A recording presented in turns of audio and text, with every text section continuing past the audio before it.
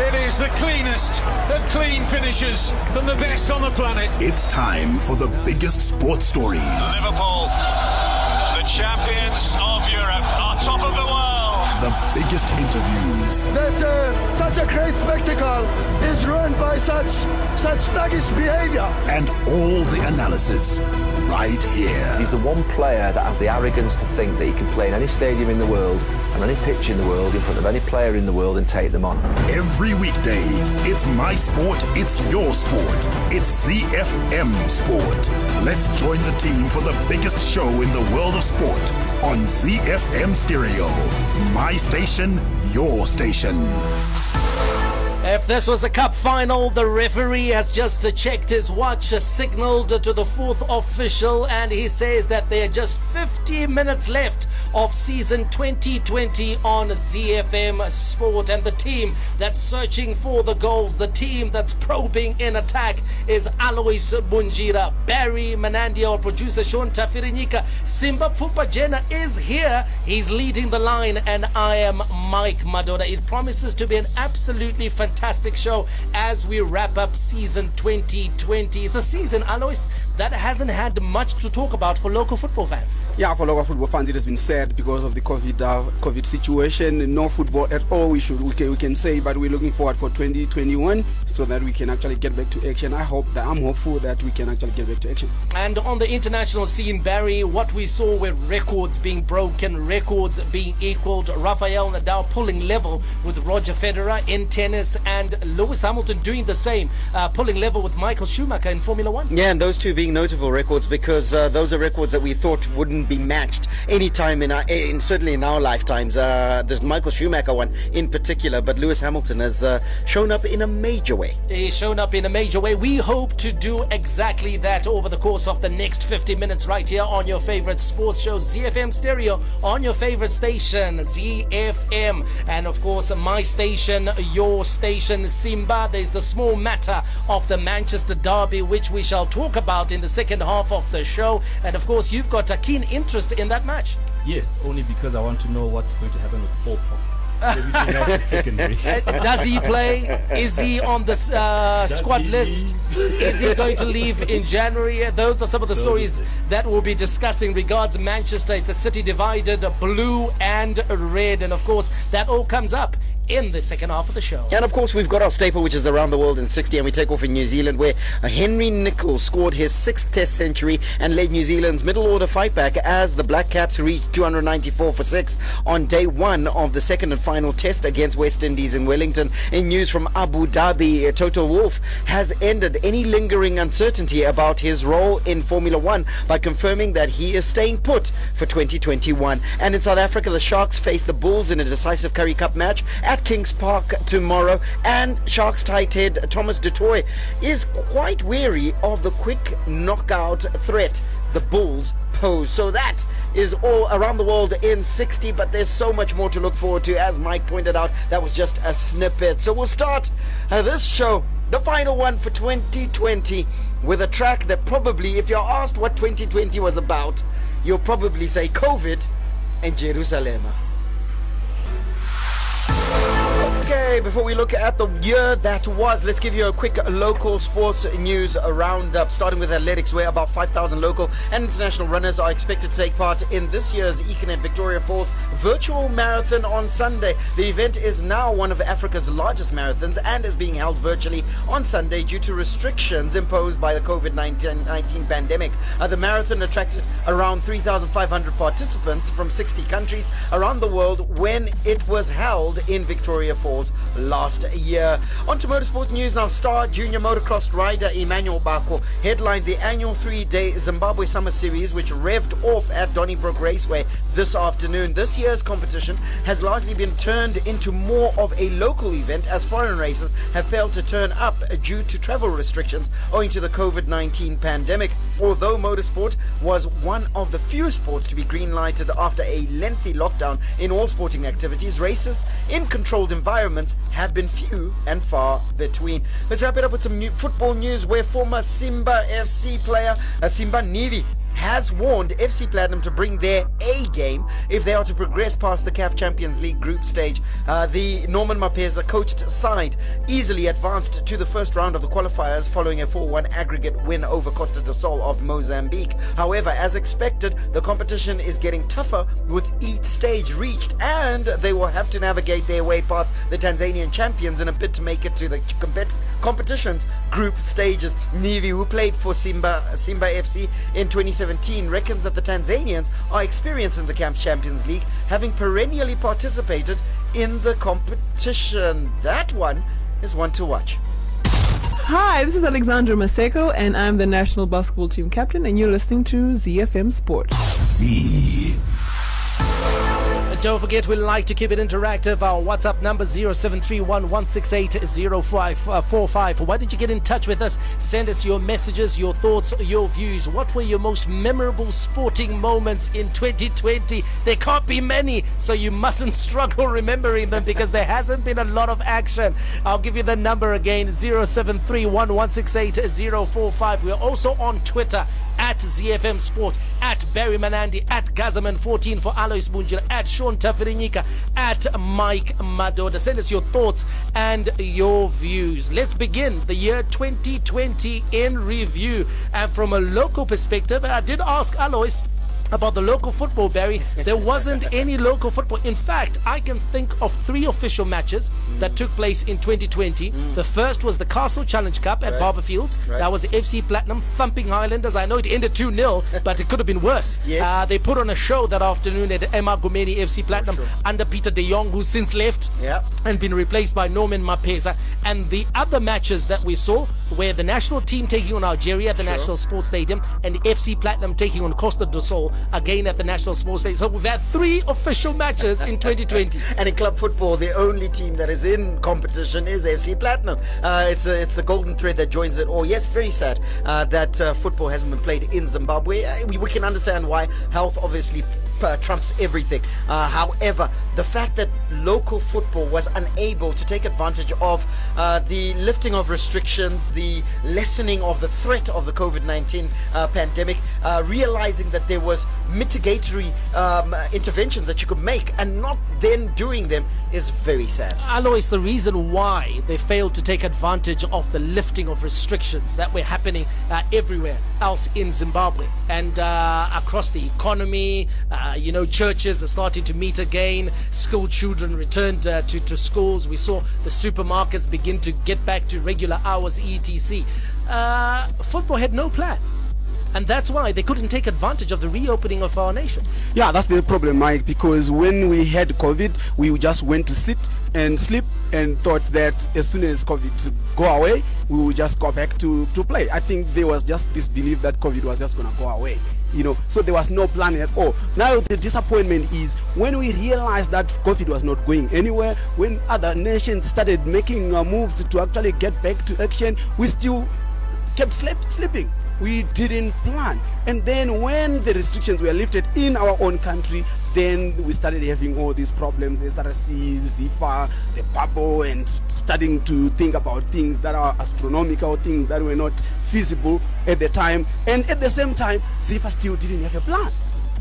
Then the SRC and the government had to come to ZIFA and say, let's give you this. This is our plan. This is our plan. And then they looked at it and they were like, okay, this plan is good. They thought that they were going to be spoon-fed by the government, by everybody. And that's the thing, isn't it? Again. That's the thing, isn't it, Simba? Where the SRC and government present a plan to ZIFA and say, okay, you know what, bubble concept. You're going to have a 2-week tournament during the month of December, etc. But then the big question was, who pays for it? Who funds it? And SRC said, not us. Yeah. Government said, not us.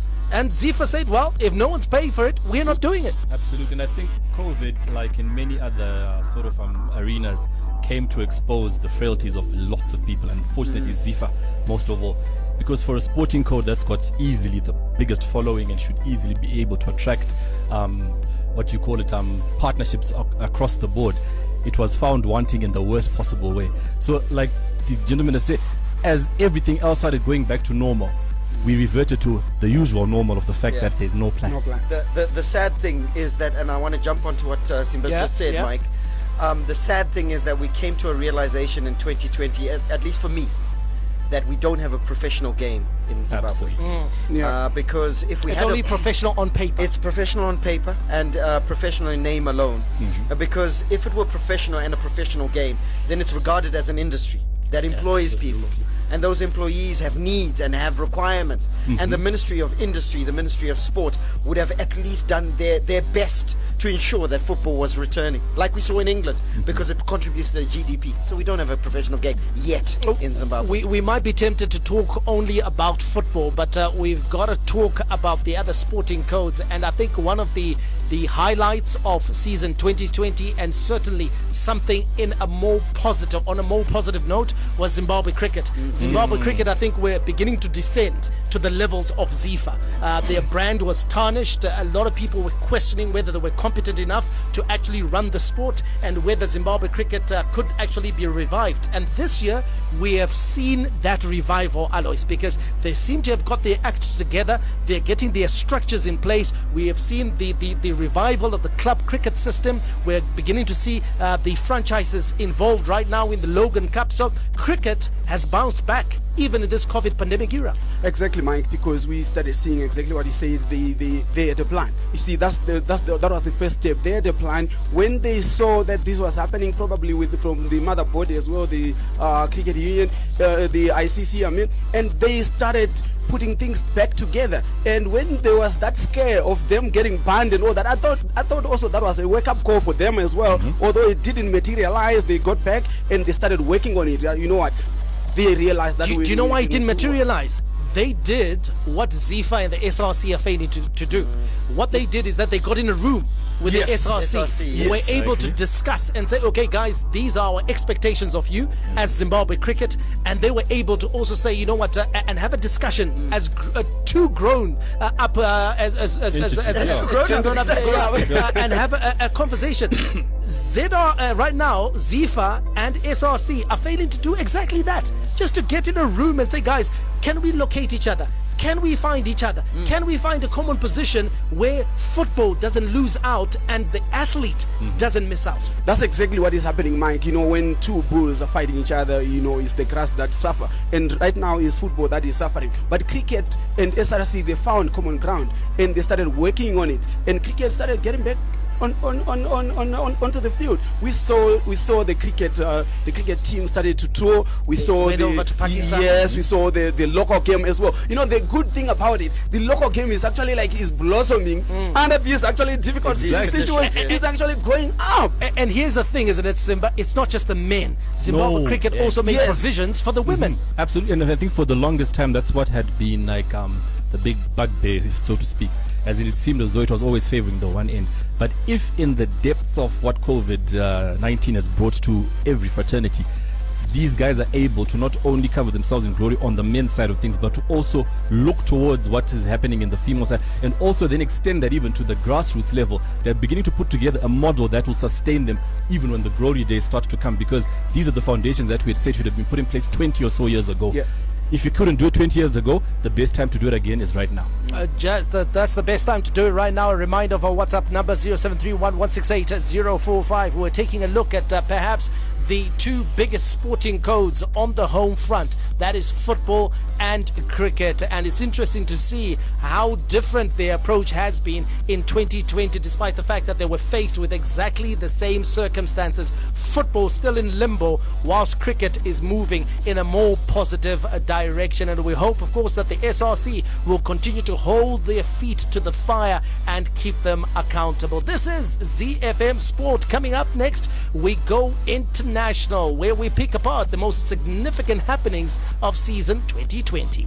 Getting the day started just right is important for my family and I just recently discovered the perfect way to do that. Coles Cornflakes whole grain cereal with added vitamins and minerals. A fast and nutritious breakfast option. My kids love it. It's so does my husband. Stay energetic and vibrant with Coles Cornflakes whole grain cereal. Try them and experience the magic from the amazing golden crunchiness, packed with energy plus added vitamins and minerals for good health. Grab yours today from your nearest outlet and send us your feedback to @ColesFoodsZW on Facebook. Coles Cornflakes whole grain cereal. We've got what it flakes. It's not Christmas on ZiFM Stereo without Aishan. Hey yo, what's up? It's your boy Aishan. You already know what it is. My station, your station. Merry Christmas. From the front of the grid to the back of the net, it's ZiFM Sport. International Sports News Roundup, where the world comes out to play.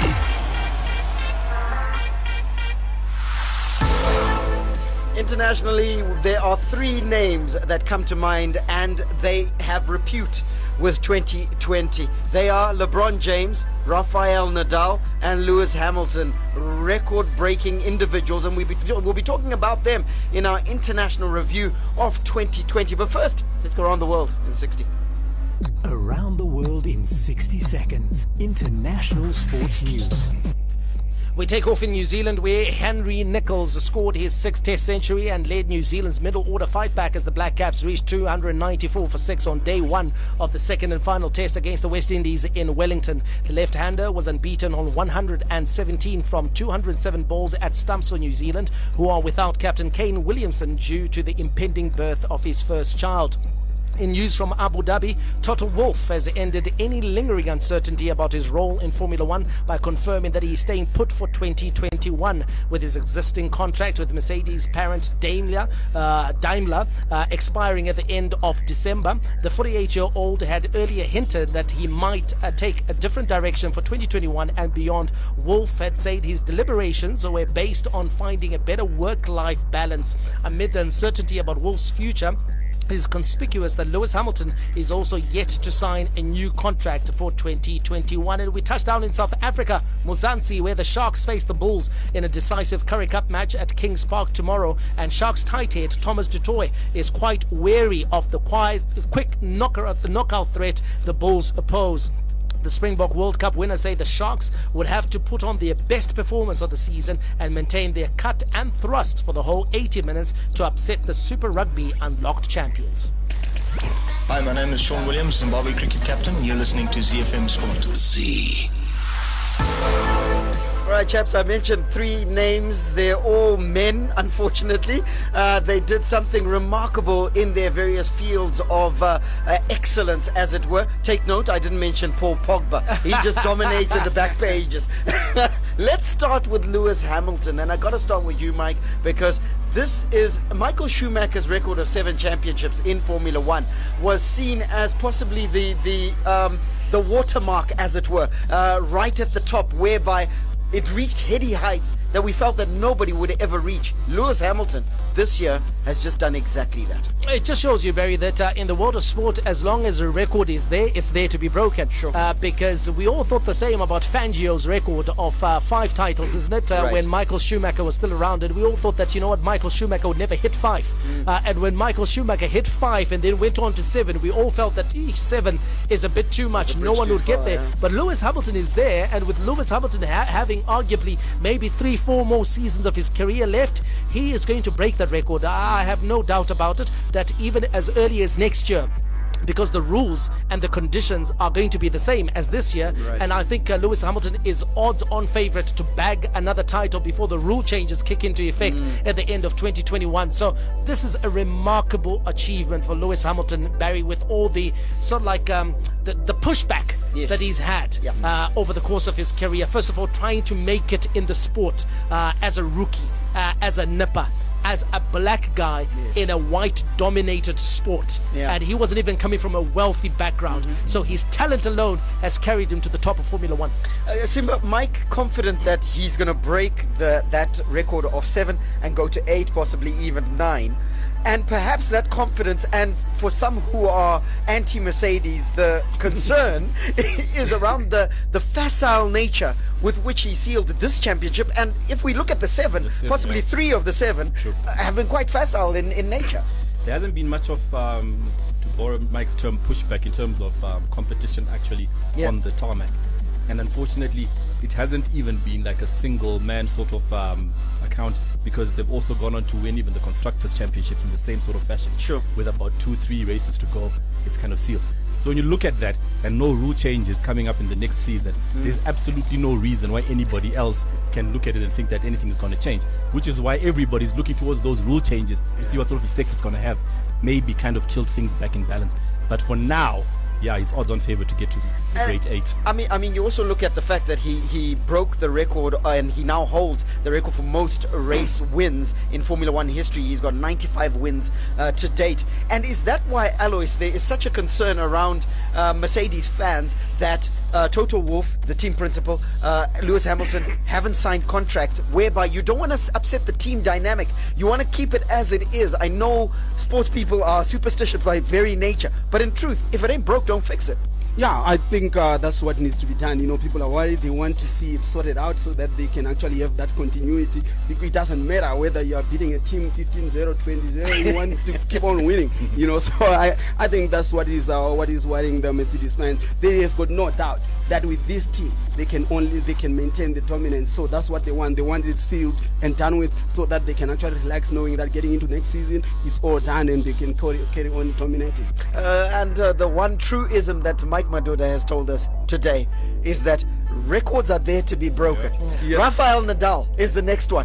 And in truth, I've known you for many years, Michael. One of the things that you've been consistent about is support for Rafael Nadal. Injured, playing, whatever the case may be, and you said this one is going to be the GOAT.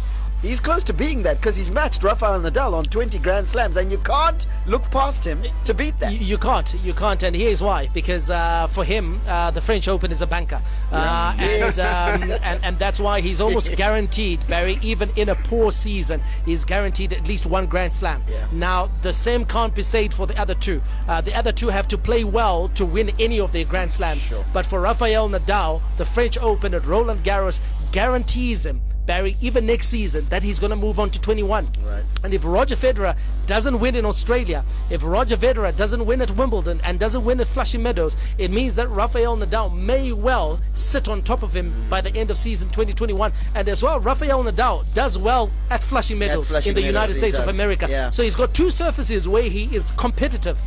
And then he's not a mug in Australia either. You know, he's at his weakest perhaps on grass, but I think he's going to do it. But then there's Novak Djokovic. Novak Djokovic is sitting just 3 behind.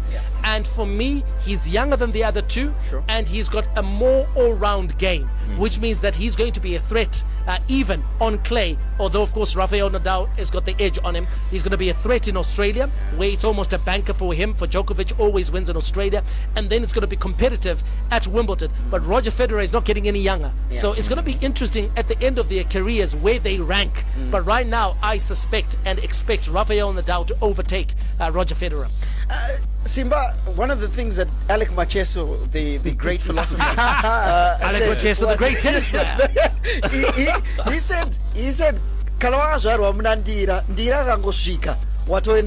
so you add a year whether you like it or not. Roger Federer, the oldest of them, 2020 hasn't been ideal, but he has added that year. He's been on a load management program for the past 2 years. Okay, chances are that load is going to be a lot less when we get to 2021. It's shuddering for Roger Federer fans to watch this pistol, literally, of Rafael Nadal shoot past them, because that's exactly what it seems like it's going to happen. Yeah, it's going to happen. And I think when you look at it, obviously, like Mike has also mentioned in terms of the age advantage, Nadal has got that age advantage on Federer.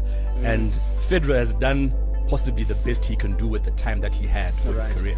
Now Nadal is about to do slightly better with what time he's going to have. The question then comes, what is Nole going to do?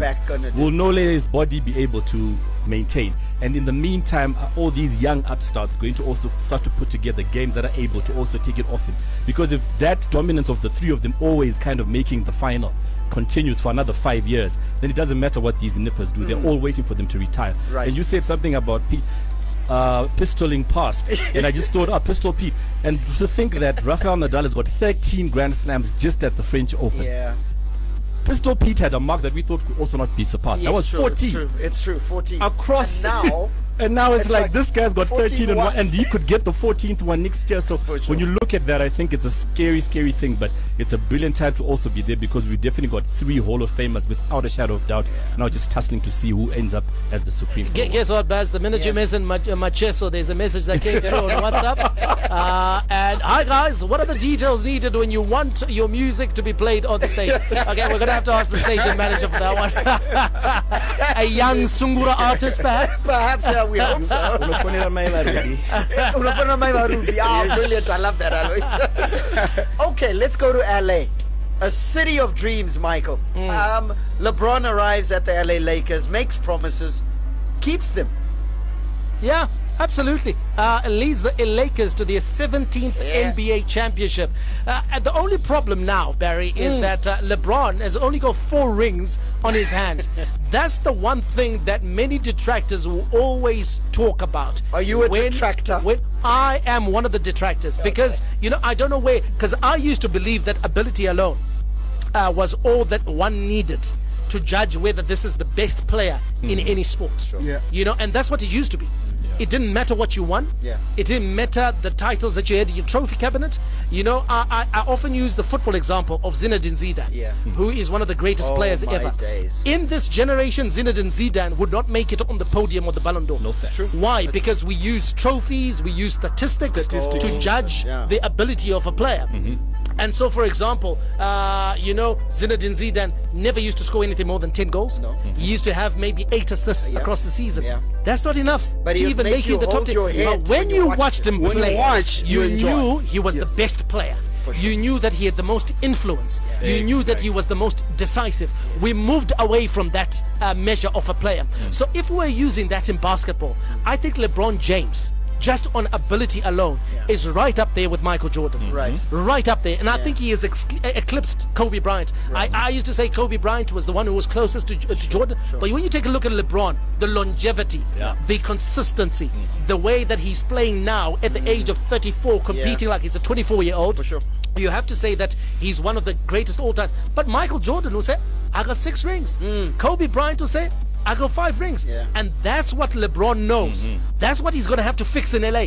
He's going to have to add at least a couple more rings on his, you know, to make sure that that discussion becomes a more difficult one. Are you not talking about Lionel Messi as well? Listen, I think you know my thoughts. Yes. If people use the old standards for the Ballon d'Or of judging who was the best player in the world, Lionel Messi would have won 10 straight Ballon d'Ors. Of course. 10 straight. 100%, But we changed it because, you know, it was becoming boring. It was becoming boring. We needed to find another standard. So now we're talking about, oh, did he influence his team to the Champions League? Did he win anything? He doesn't have a World Cup, etc. But just watch him play. You know, it's like the game, this game versus Juventus. I thought Messi actually had his best game of the season.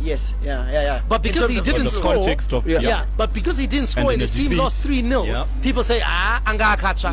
Because they just look at Google, that's it. Check out the stats, and like, Lionel Messi didn't play. Some would think he didn't even play.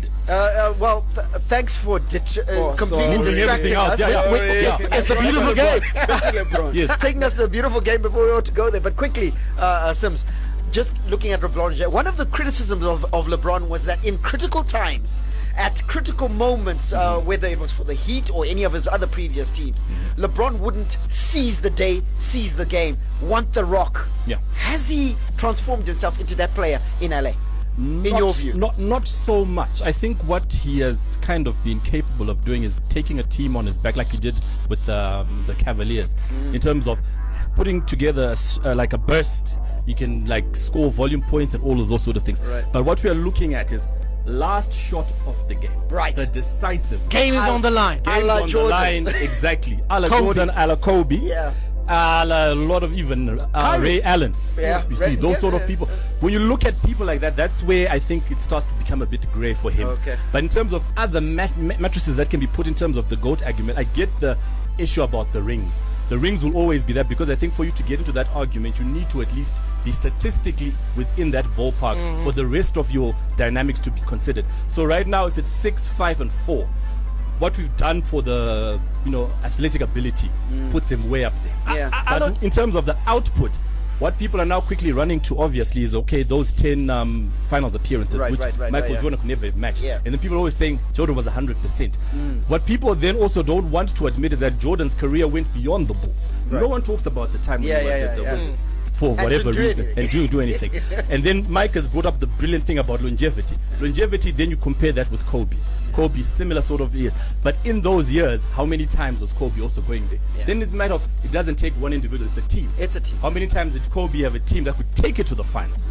So it's a mishmash of things, but for me, it's going to go on, but he definitely needs to win at least 2 more. I want to ask... Makes it back to back to back, 3-peat, decision over. I want to ask, it's not going to happen, 3-peat, guys. Forget about that one. It's not going to happen. I can tell you that it's not going to happen. But let me ask you this, Alois. I've always wondered, were you that sort of player who wanted the ball in the last minute, in the 94th minute? Well, there's no 94th minute in football, but in the 4th minute of added time.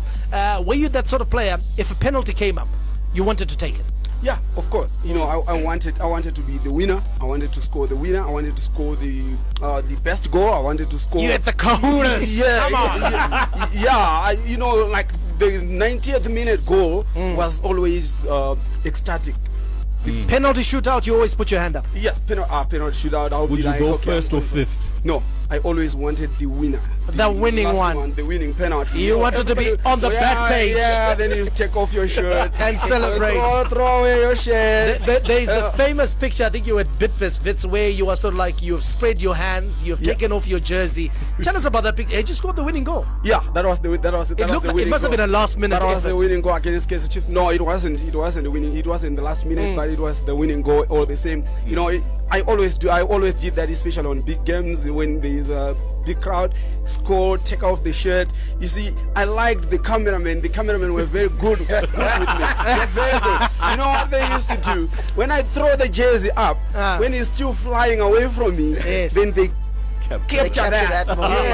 So I'm running. If you look at that picture, you will see the jersey is in the air, going away. It's like the cameraman who took a picture of Lionel Messi. Remember when he held his shirt up at the Santiago Bernabeu? There's actually a picture where he has just let go of one side, and then it looks like he's holding just the tip, one corner, with one hand, and it's still in the air. It's beautiful. That is photography. Yes, it's beautiful. All right, between photography and all sorts, I'll tell you what, I can guarantee you this. The photograph on the cover of Time magazine this year, Athlete of the Year, LeBron James. Fan Zone. Get in touch with the team and have your say your way. Operator. That WhatsApp number 0731-168-045. That's 0731-168-045. The Twitter handle at ZFM Sport. Silas, good evening and thank you for tuning in. You're not telling us where you are, but there's a +1 on that number. Is that the States? That's our Silas. Yes. That's our Silas. Yeah, the old guy, the Liverpool guy, huh? Yes, he actually puts, you'll never walk alone. He says the most memorable sporting event of the year has to be Liverpool lifting the Premier League trophy. Not even COVID Liverpool could stop us. Yes, European champions, world champions, and English champions. And Simba, I know you're a United fan, but it was indeed a memorable year for Liverpool fans. Yeah, I think finally after a long time it was. You had to say that as a United fan, isn't it? I'm building up to what it was actually finally for, because it wasn't just a limping over the line. It was in devastating fashion. So even if it was for them winning it the 23rd or 24th time, it was still going to be a standalone sort of season. So for them to put all of that together, I think they then blitzed off a lot of things, and now they've actually put a benchmark that is going to have to be beaten again by somebody else. And now let's bring it local, and if you want to find out what the true definition of a hater is, it's got to be Ane Chucks out in Glenview. I know, boy, that's my greatest reminiscence of 2020 is the mass purchasing of players by Ngezi, Dimbare, Caps, and Gugona Gunega Gudada for the 2020 league, only to find it abandoned due to the pandemic. That's yako ndio ipi manje ana unazotaura kuti which is your team. I think that's also from relief kuti you guys not kutenga but knows it basi. His is probably Bulawayo Chiefs. It's Bulawayo Chiefs, yes. They're never going to buy anyone. Now we just got a whole bunch of emojis from Nigel and Njinjera out in Rusape. Panama fist pump. So I'm sure you are enjoying the show, as are we, Nigel. Stay hooked on ZiFM Sport. Tamuka Moyo Senior is commenting on Facebook. He says, and it's about basketball, he says, AD was the guy in that NBA championship. I guess LeBron, as the face of the NBA, had to get that. There is only one, Michael Jeffrey Jordan. The guy is 36 and will get one more ring. So MJ 23 is still the GOAT. LeBron is a great player, but he ain't the GOAT. So those are the things. That's the thinking of Tamuka Moyo Senior. Your thoughts, Sims? AD firstly. Let's talk about AD. The AD one, I don't want to dampen it because I think in Anna brand. AD, I agree on that. AD being Anthony Davis to the uninitiated. So for those that needed him to get it, it needed to have been something that was so. Don't even get LeBron to be close. But there were certain matches that he carried the team and then came second. So I think because of that sort of back and forth, eventually it's easier then to always side with the one that's already got the brand. So to take it completely away from LeBron would also be a bit unfair. To put it completely with AD is also a bit unfair. But the fact that he's also signed on for this max contract for 5 more seasons, if he stays that long, then by then hopefully he'll be able to get it. A couple of interesting messages here, and let me start with this one here. I don't think this was meant for our show because it simply read, when I feel low, I go to the avenues. Okay, let's quickly hop, skip and a jump and move Avenues on to Hospital. Avenues Hospital, I'm sure. I was thinking, is there a football stadium that's got like an avenue, but in a cottage? Let's leave that one alone. That's my biggest highlight for 2020 would be DJ Baz's music selection. Hope you carried through to next year. So Barry, thanks, absolutely mate. loved your music. That really warms the cockles of my heart because you have no idea the abuse I cop from the ZiFM Sport team who are like, it's poor. Today Barry, your English, my brother. Cockles, avenues, it's too close for comfort. But anyway,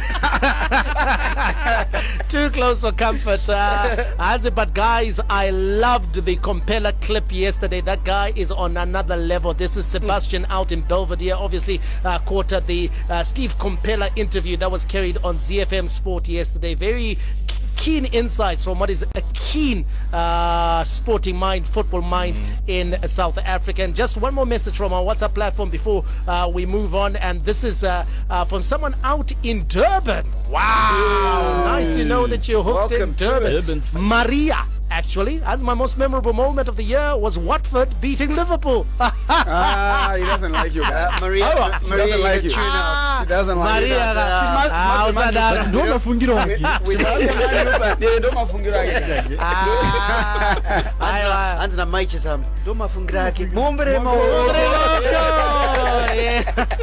I think she's a Man U fan. Must be a Man U fan. Now, well, guys, listen, we would love to continue reading your messages, but we got a couple of football issues that we need to pick apart in the beautiful game.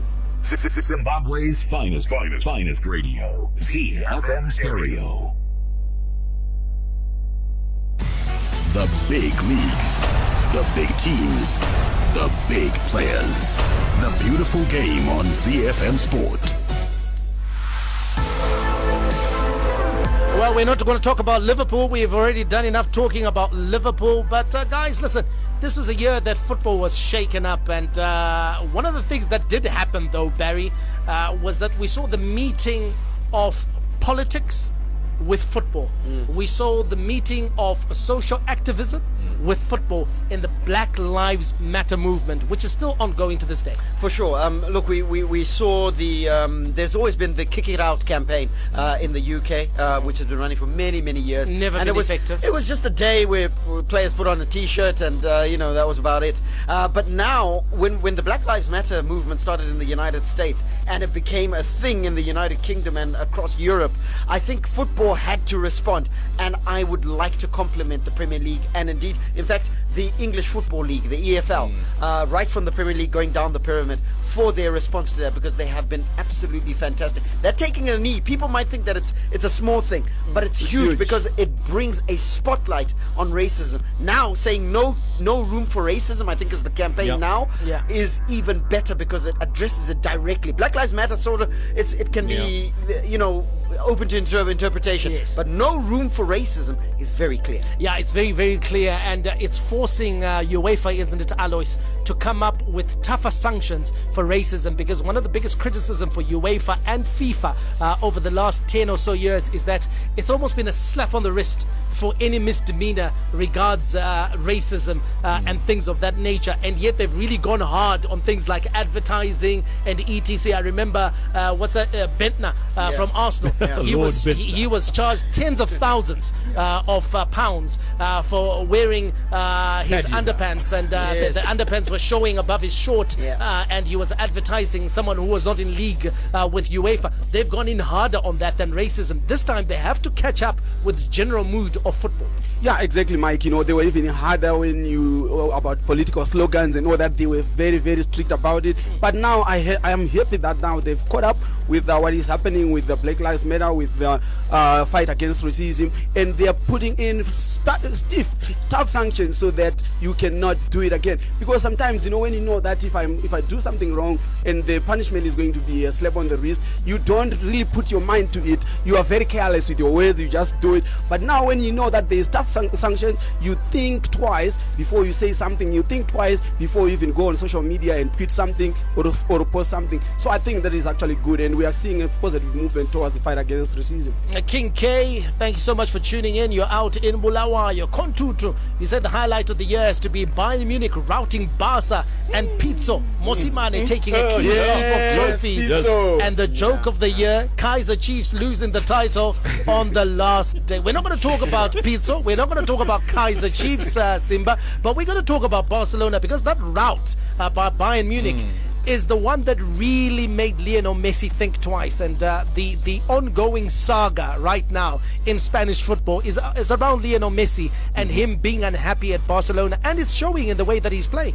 Yeah, I mean, credit to him for the fact that even with the results, or you know, the performances of the team in general not necessarily always being up to scratch or what people have been accustomed to, himself, he's not let himself down.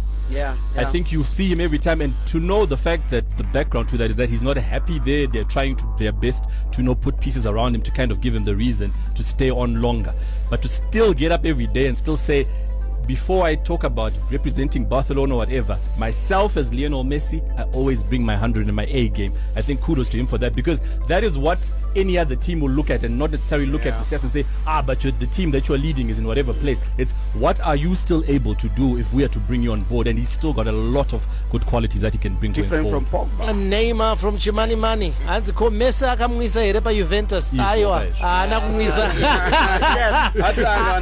Achero wodangovunza ke maybe being guys,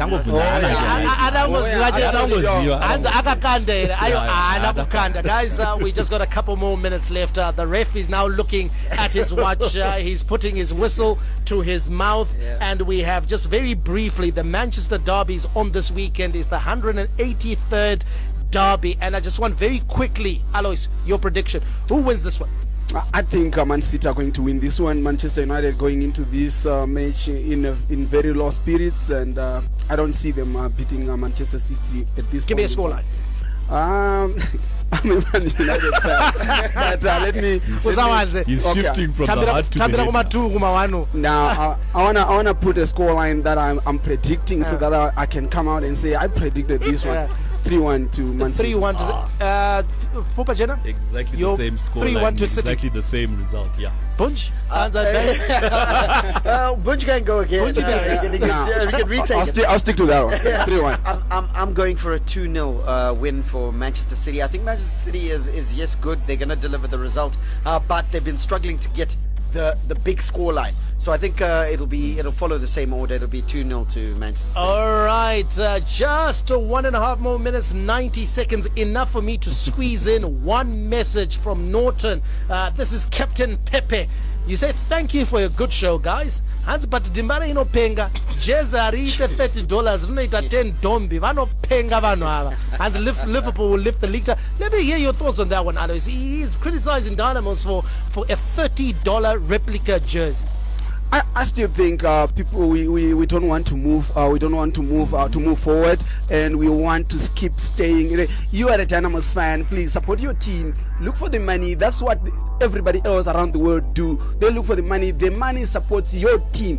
Why should you want Bamba Zonke jersey? This is a quality jersey. Especially when we ask the teams to be professional. Exactly. They become professional. How do they get professional without money? And then over backing. Yeah, so they brought in a very quality jersey from a good brand. So support your team. This is like $30 for the whole year. Kudos to Dynamos because they have a $10 jersey. Yeah. Okay, yes, which is a fan jersey. They have that. Yeah. Buy the $10 one. Okay, fine. If you can't muster up the 30, but the 30, those that can. Support and also I think it's important, Barry, to note that people need to understand the differences between a fake which is an imitation and a replica. Dynamos is offering you a replica jersey because when people talk about Barcelona at 10 dombi, no, you're not buying a replica, you're buying an imitation, which is fake. Where's your pride in it? Yes. Where's your pride? So that is the thing. And Pepe out in Norton, listen, go out and grab either the $10 number that fits your pocket or the $30 one if you have any pride in Dimbara. What we do have here is pride in the show, and we hope you too can say the same. We hope you've enjoyed season 2020 of ZiFM Sport. It's certainly been a different one.